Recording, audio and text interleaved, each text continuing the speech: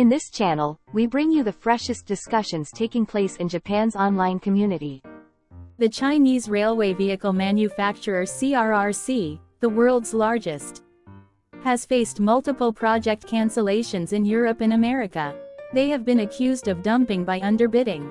But concerns over potential use for Chinese espionage and significant delivery delays have deterred customers. Meanwhile, the Indonesian high-speed railway project, using CRRC trains, has turned into a financial burden, raising concerns over Indonesia's fiscal health. Why do the Chinese never keep their promises? Japan also has a lot of middlemen. But at least the workers on the ground are diligent.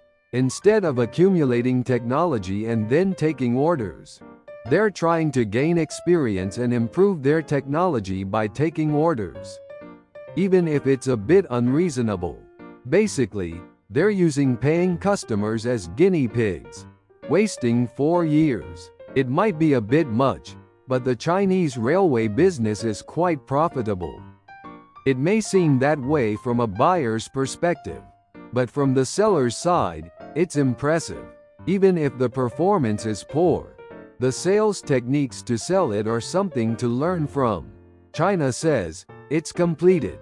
Now it's Indonesia's problem to manage. If they extend the Indonesian high-speed railway, it could be as profitable as the Tokaido Shinkansen. The island is densely populated. The population is 240 million. After all, Indonesia has surrendered to China. It means they are prepared to live under China's control from now on. The Indonesian elite is made up of Chinese, so they cannot oppose China. That's all there is to it. No matter how superior Japan's proposals are, they will not be adopted. No way. China is reluctant to invest large sums, and the plan is not progressing at all. They bid at prices that obviously can't be profitable, because they're backed by state funds. It's not just dumping, they often deliver substandard products and cause trouble. Yet they haven't been banned from doing business.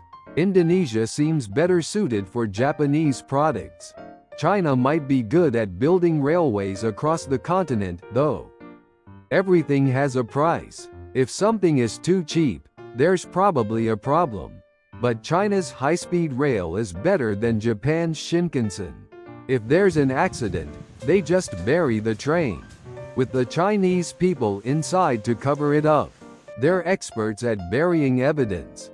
You can't trust anything that Japan can't do. China can, and Korea did. Even Taiwan's Shinkansen took decades to become profitable.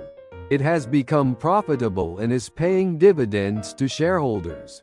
Saudi Arabia ordered high-speed rail from Spain and is now in trouble. Any country that introduces high-speed rail without considering profitability and suitability is bound to fail. With China's decline, Japan needs to take control. We need to create a new Greater East Asia co-prosperity sphere. We don't need such troublesome areas. It's best to let them manage themselves without harming us, even though China runs trains on a much larger scale than Japan. From high-speed rail to subways, why are they failing abroad? Different countries and regions have different standards. What works in China or Japan might not work in the US or Europe, and aligning these standards is challenging. Japan's high-speed rail is coming to Texas, and there's talk of a maglev between New York and Washington, D.C. The US might get a maglev system faster than Japan. Indonesia seems to collect a lot of fragile things. Indonesia is a negative example for the world. I'm worried about the earthquake resistance of China's high-speed rail control systems. Indonesia is an earthquake-prone country, even more so than Japan. Even a child knows that if China controls your infrastructure, you're doomed. There are probably no more countries falling into China's debt trap. The Serbia-Hungary high-speed railway is about to be completed, but China abandoned the project midway. forcing Serbia or Hungary to continue investing heavily. Wasn't China's high-speed rail already running at a deficit domestically before selling overseas? The Beijing-Shanghai line was profitable, but COVID-19 pushed it into the red. All other lines are in the red. The Beijing-Urumqi line, for instance, only runs 4 round trips a day. Doesn't communism eliminate the concept of a deficit? The goal is not to meet people's needs but to build. With yen loans, inflation shrinks the debt. But with China's high-interest loans, the debt grows. It's only about the initial amount. It's Indonesia's fault for being deceived. Japan doesn't need to do anything more. I watched a YouTuber ride the Indonesian high-speed rail. The ride itself was great, but the stations were too rural to be useful. A country that mixes cardboard scraps into hamburgers to stretch supplies can't be trusted. If 2 items are identical, you can choose based on price. But you can't choose solely on price for something like this. Indonesia, hey, we can dump all the troublesome stuff on China. Let's go with that. Southeast Asian countries are generally like that.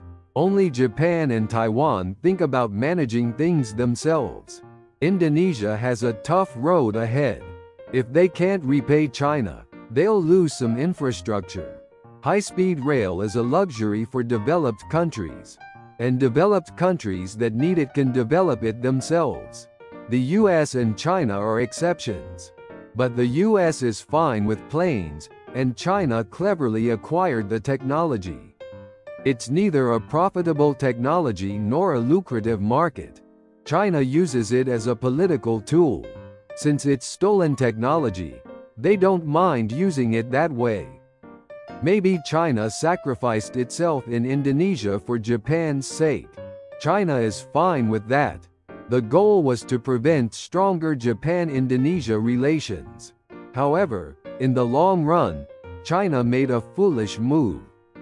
The Japanese business world will no longer do anything for China.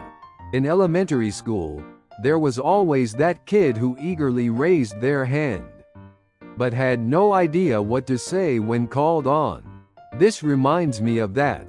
Did you find this video interesting? We'll keep bringing you fun topics from Japan's online community. Please subscribe to the channel and drop some comments.